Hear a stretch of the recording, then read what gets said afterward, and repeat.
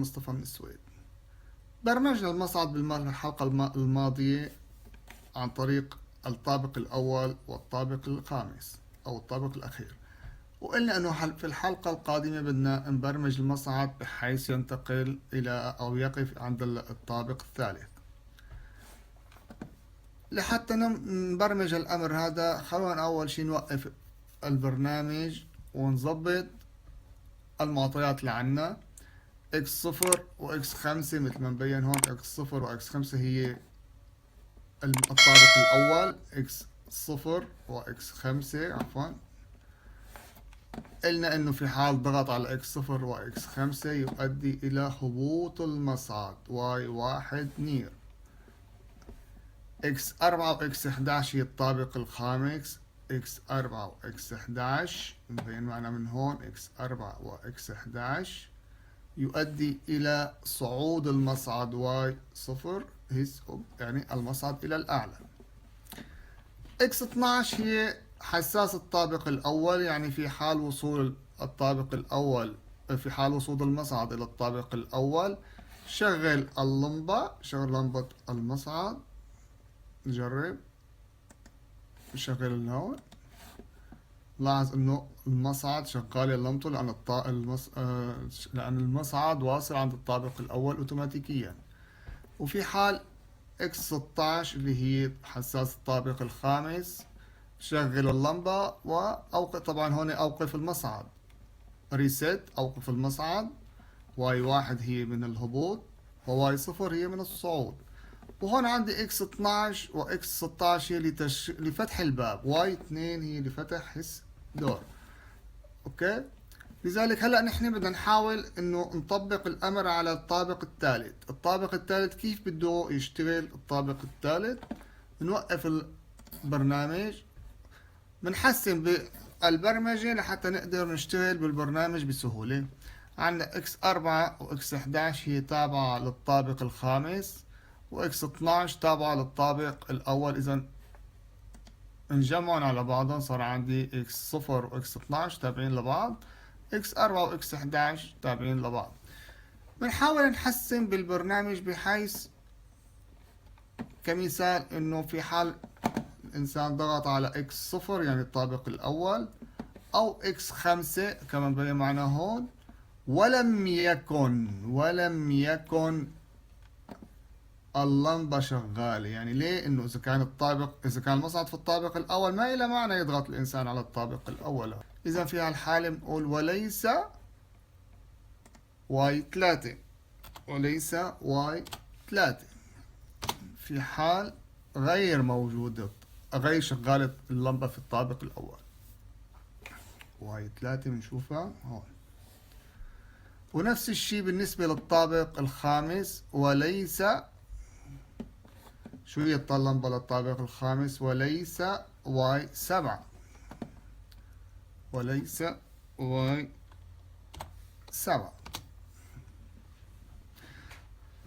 هلا بدنا نحط الطابق الثالث قبل الطابق الخامس. إذا بنضيف سطر هون ونحاول نطبق نفس البرمجة على الطابق الثالث ونشوف شو هي الأخطاء معنا ونحاول نحسنها. في حال الضغط على الزر 3 اللي هو هون عبارة عن x2، إذا بنقول x2 أو اتفقنا على الزر الثالث اللي هو x7.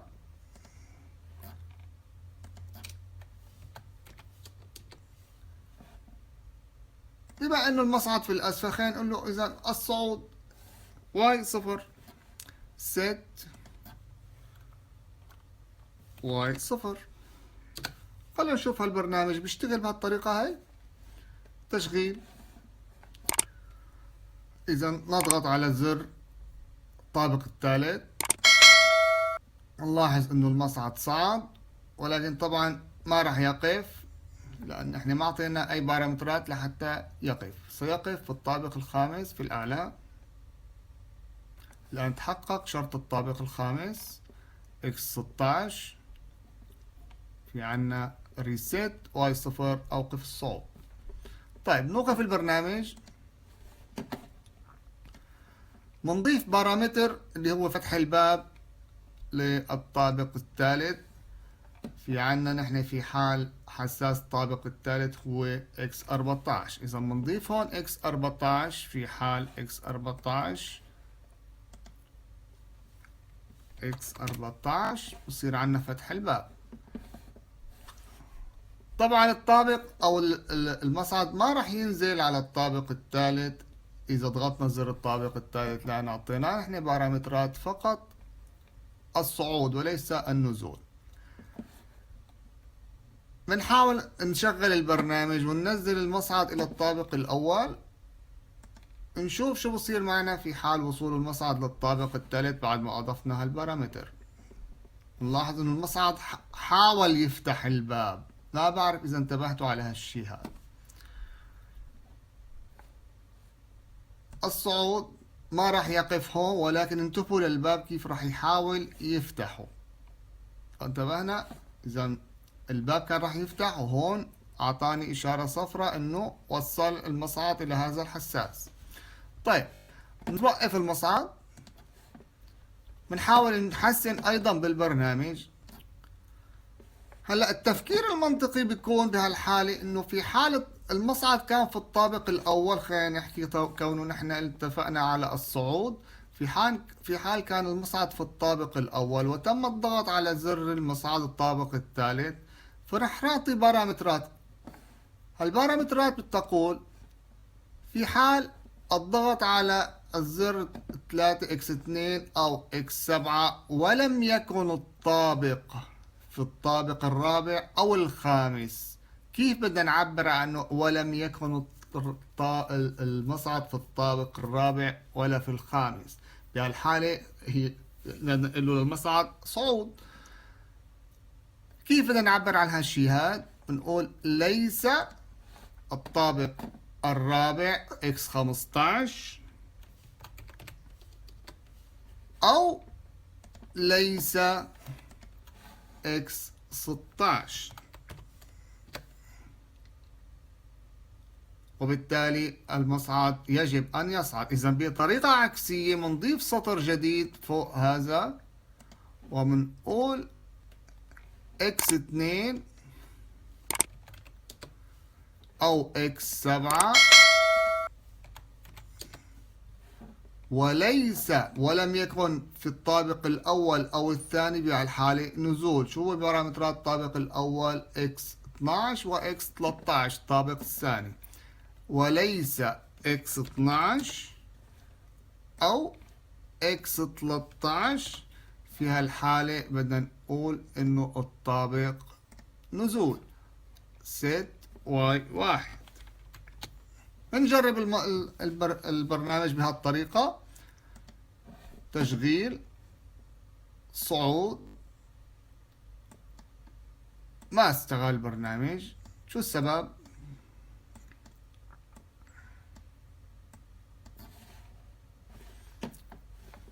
نوقف البرنامج.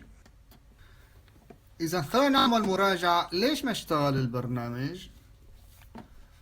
في حال الضغط على x2 المصعد عنا هون أو بالطابق الأول، وبالتالي الطابق الأول في عندي بارامتر x12 محقق.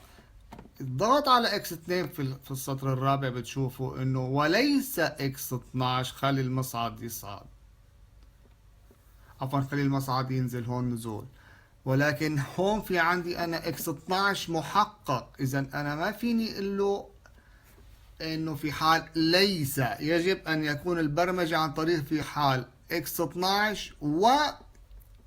وبارامتر آخر، ما بقوله وليس بارامتر آخر بطريقة عكسية. إذا بنلغي الخيارات ليس ونضيف بارامترات إيجابية يعني ليست سلبية. بمعنى آخر بنلغي الاكس 12، أنا بدي أقول له إذا بدي أقول له للمصعد يصعد، يعني في هالحالة إنه المصعد هو موجود في الطابق الأول أو الثاني، خليه يصعد. بطريقة عكسية بدي انقل البارامترات هي إلى الأعلى بطريقة إيجابية، ونزل البارامترات هي إلى الأسفل بطريقة إيجابية أيضا، وبالتالي نشتغل عليها وبنشوف. هون بصير عندي اكس 12 ولكن بعد إلغاء ليس، ونضيف بارامترات x12 أو x13. وهون بنقول له للمصعد إذا تغييرات أيضا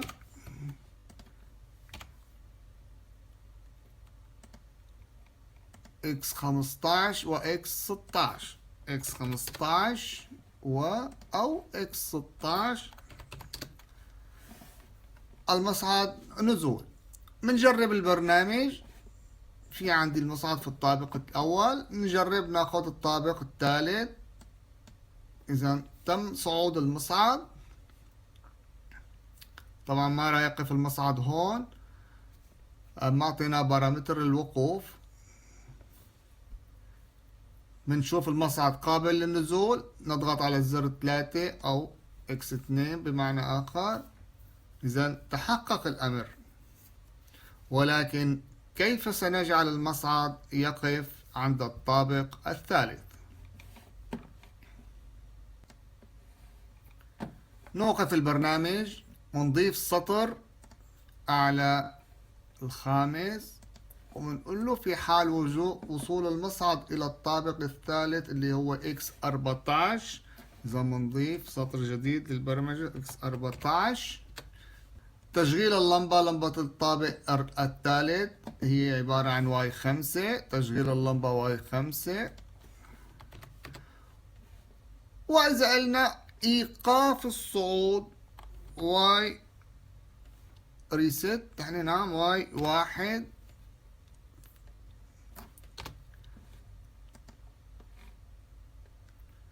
ريست y0. بهالحالة لحتى نعرف شو صار ما رح نضغط على الزر الثالث، رح نضغط على الزر الخامس بعد ما نشغل البرنامج. لاحظوا الضغط على الزر الخامس شو بصير معنا؟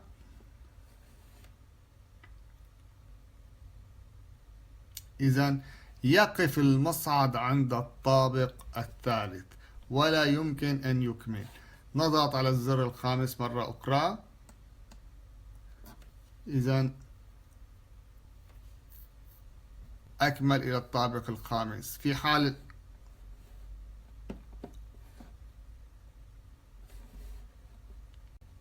حال الضغط على الطابق الأول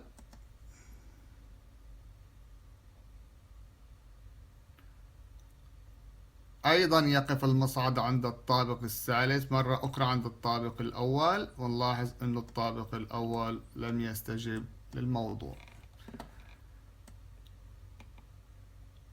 لماذا استجاب للطابق الخامس ولم يستجب للطابق الأول؟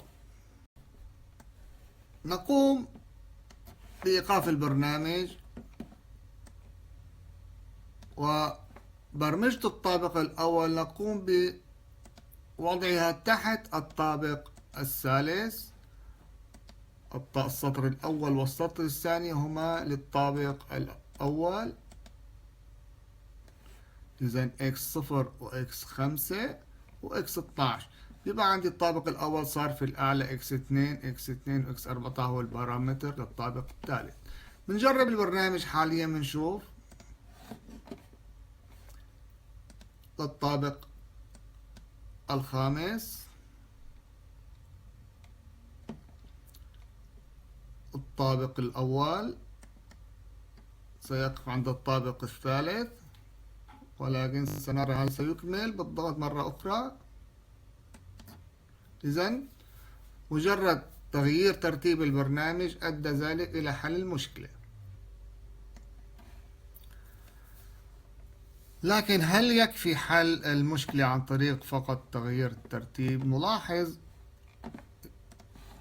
بهالحالة التي عندنا إذا تم برمجة الطوابق الأخرى على نفس مبدأ الطابق الثالث فإن المصعد سيقف في كل طابق يمر به، لذلك هذا الأمر غير عملي. الحل العملي هي إضافة بارامتر جديد لكل طابق أو لكل زر عند طلب المصعد. فمثلا إذا تكلمنا عن الطابق الثالث، إذا حلينا مشكلة الطابق الثالث فنكون حلينا مشكلة الطوابق الأخرى التي سنضيفها لاحقا. الطابق الثالث x2 و x7، وفي حال تحقق البارامترات الأخرى x12 و x13 صعود. يعني إذا كان الطابق إذا كان المصعد طلب من الطابق الثالث وكان المصعد في أحد الطابقين الأول أو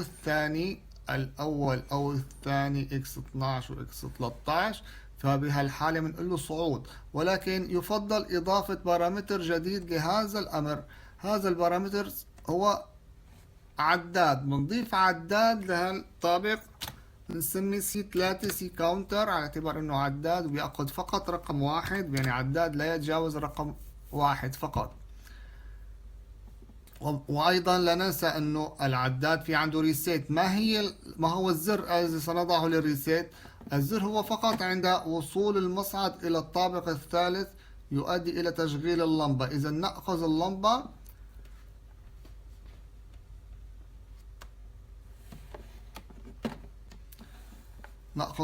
التابعة للطابق الثالث اللي هي واي 5. نحن عنا الطابق الثالث في حال وصول المصعد إلى الطابق الثالث قلنا واي 5 يؤدي إلى تشغيل اكس 14، وبالتالي نضيف هون عداد أو نضيف هون بارامتر في حال واي 5.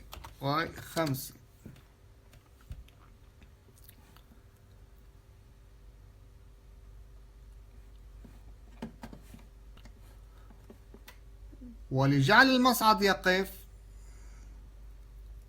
نضيف إلى عداد الوقوف أو إلى بارامتر الوقوف C3.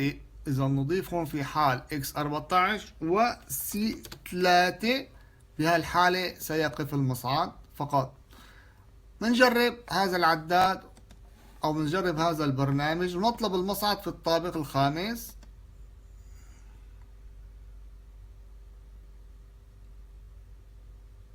إذا لم يقف المصعد عند الطابق الثالث لأنه لم يتحقق البارامترين X14 و C3.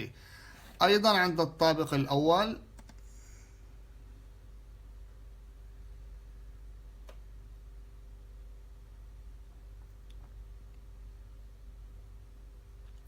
أيضا لم يقف المصعد. ماذا إذا طلب المصعد عند الطابق الثالث؟ لاحظ العداد أخذ رقم 1، وقف المصعد. إذن استطعنا أن نحل مشكلة الصعود في المصعد. نتابع عند الطابق الخامس ونطلب المصعد عند الطابق الثالث.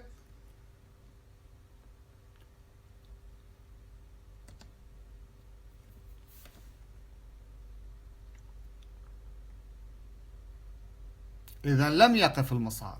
لماذا؟ لعدم وجود بارامتر آخر يحتاجه المصعد ليتحقق.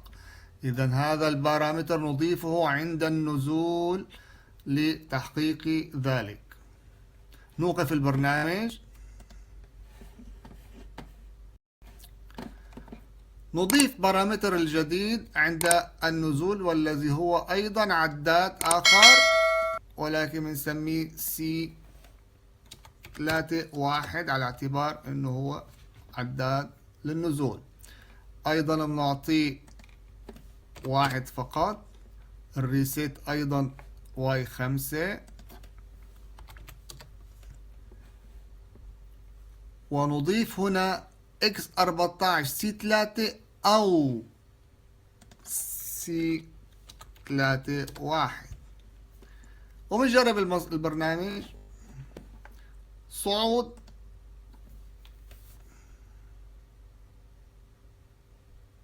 إلى الطابق الخامس، لم يقف المصعد عند الثالث. هبوط عند الطابق الثالث، هل سيقف المصعد؟ بنلاحظ العداد اشتغل. إذن وقف المصعد. الطابق الأول،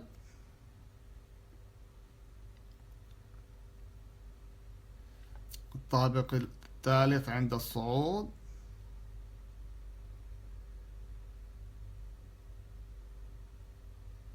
وقف المصعد. إذن تم حل البرنامج، وأتمنى تكونوا استفدتوا، وإن شاء الله بنلتقي بالحلقة القادمة عن التعاقب أو برنامج تقريبا شبه خط إنتاج لنشتغل عليه إن شاء الله. بشوفكم المرة القادمة إن شاء الله، والسلام عليكم. مصطفى من السويد كان معكم، إلى اللقاء.